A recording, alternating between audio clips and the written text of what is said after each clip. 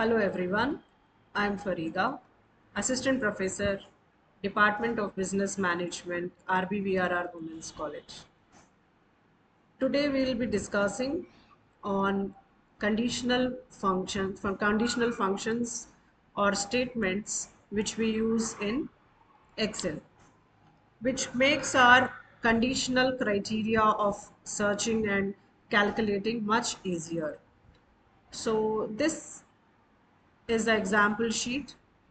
Let us go to our example sheet now.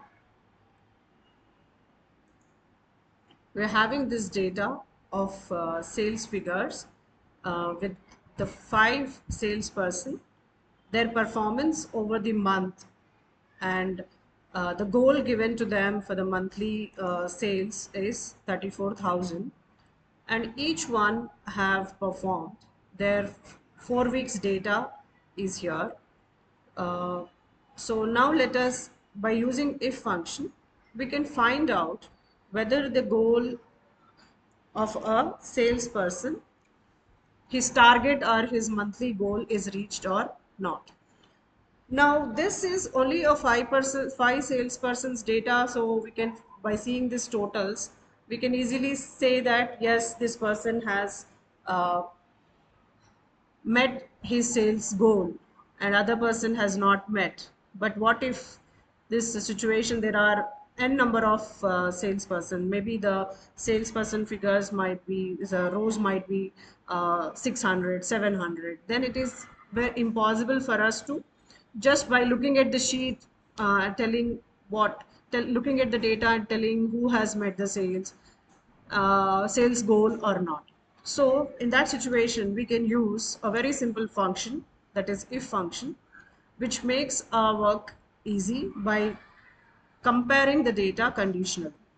So when we go to a formula bar, here we have logical functions, if, not, or, true. All these are different logical functions from which we can use.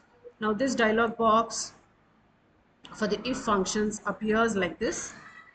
The 3 arguments which goes into this function are logical test.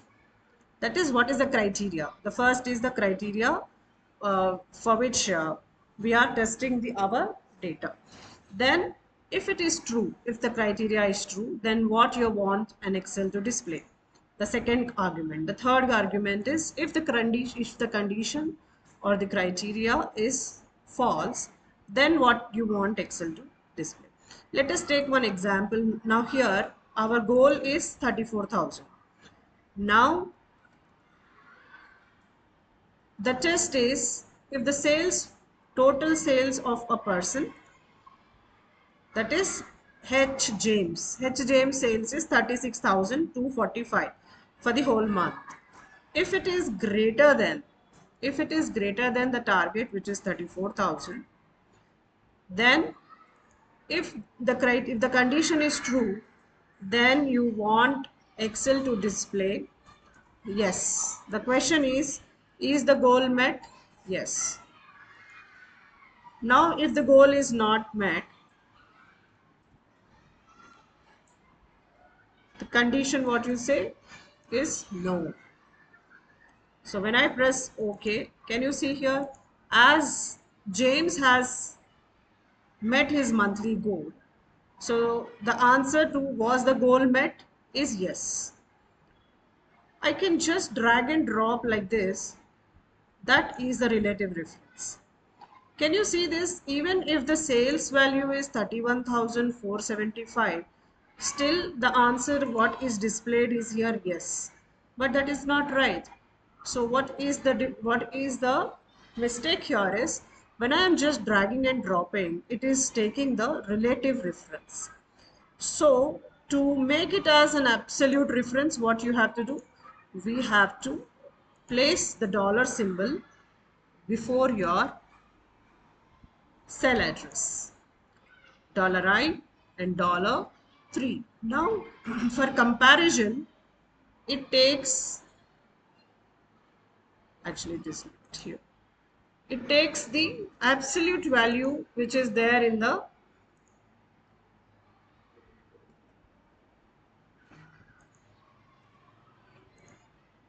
absolute value which is there in the I2 cell.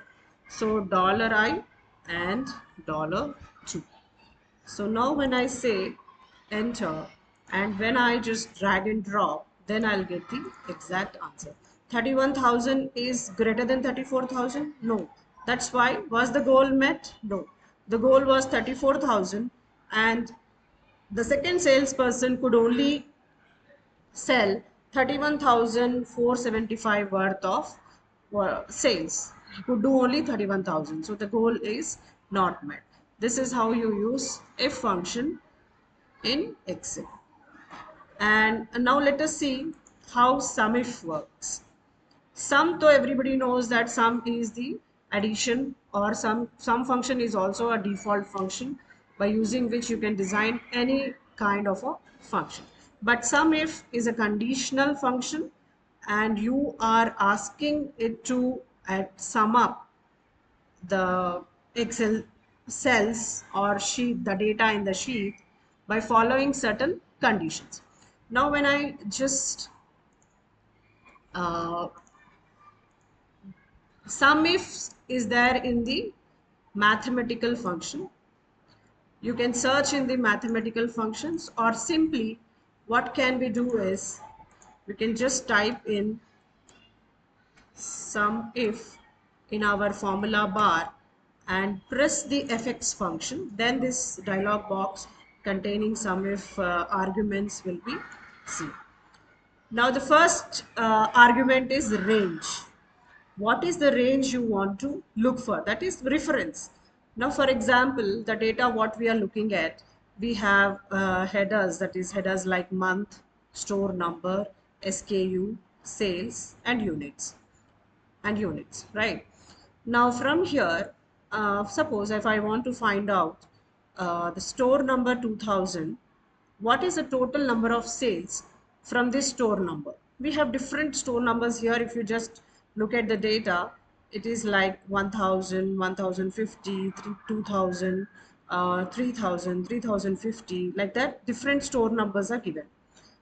So out of this, I want to sum up the total units from the store number 2000. So first is my reference is store number. So I have to give that range. So shortcut to give the ranges, to select this column, I am selecting few cells and then Control Shift and down order. So now I have entered the data, that is a range from B3 to B272. Yes, when I go up, now criteria is 2000. That is, Excel has to look at the store number 2000 in the column range given earlier, that is column number B. Now, sum range. What is that sum you want to find out? Whether it's total units or total sales. Now I have selected total units. So that range I have to give again Control Shift down arrow will select my rows from E3 to E272. Now when I just press enter, so this is the total units, total number of units that have been sold from store number 2000. And in place of store number, I can also change my some criteria to some model number like SKU. Here I have different models like E0028M, E0032, E0036M. So any criteria I can take up. So I want to find out total sales from here, for example. So again, go to your formula bar, press SUMIF, press the FX button. Oh, I have to SUMIF, open the dialog box and then press FX. So your dialog box for the SUMIF function has come up. Now what I'll do, I'll first select the range. Now here the range changes. I am not looking at the store value now. I'm looking at the SKU number, that is a model number you can say, and I'm selecting that range. Okay, I have taken the range that is there in C column. And the criteria is, I'm selecting this one. As it is a string, it is taken in the quotes, within the quotes. Now the sum range, what I want Excel to give is sales values. So Control Shift and down arrow. When I press OK, so this is the 1,81,356 is the total sales of the unit, that is SKU unit E0028M has been done. Likewise, this was SUMIF, and you can try this SUMIF with lots of other criterias, and you can change all the reference numbers and all that, and you can see what different things you are getting. If you have still you want to check how it is actually working or not, you can just apply filters and apply auto sum feature to it and check the results. Then sum ifs is also similar, but here we have only one criteria or condition, but whereas sum ifs we have more than one criteria. Now, when I say sum ifs, so I am taking two criteria here, store number 3000 and model number E0028N. If I want to find out the total units from these two, taking these two criteria, so I'll just go to the formula bar, press sum ifs, and then open and close the dialog box, that is the parenthesis of the function. Then this appears. The first function, first range is for here. The format list little change. Here you are not giving the reference first. Here you are giving the sum range what you want to first calculate. So I'm total units range I am selecting. Control Shift down arrow. Then the criteria first range criteria is store number 3000. So I'm selecting that. Oh. Here not the store number 3000. Here the range. The range is there in store number. Control Shift down arrow column.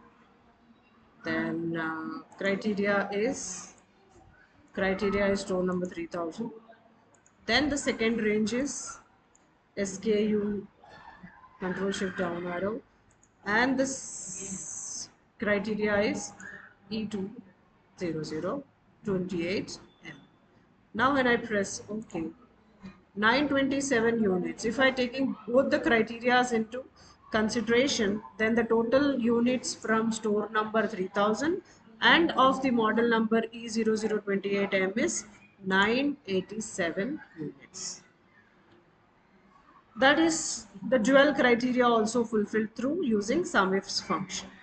Similarly, we have average if and average ifs function, and these functions are available in the statistical function. So when I just go and press the statistical, we have average if function here and the dialog box. It works similar to your sum function. The only thing is there you're calculating sum, but here you're calculating average. So what is the range? Range is store number.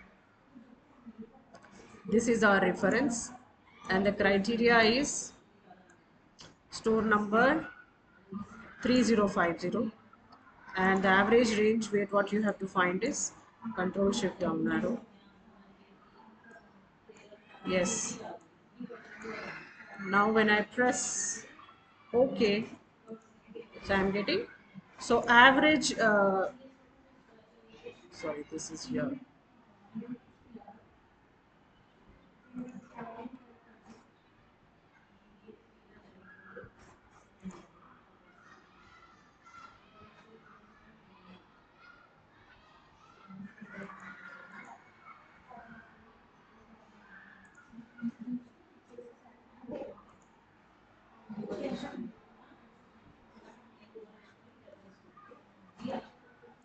Average if in the brackets, just press the FX button.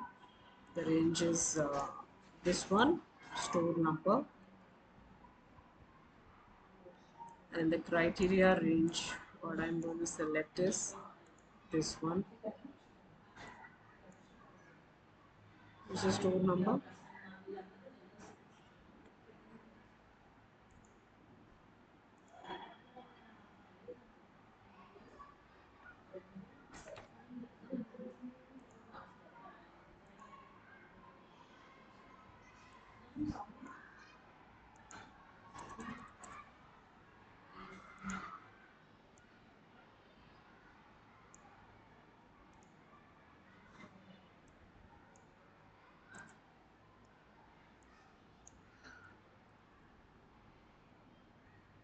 Okay, and the average range is units.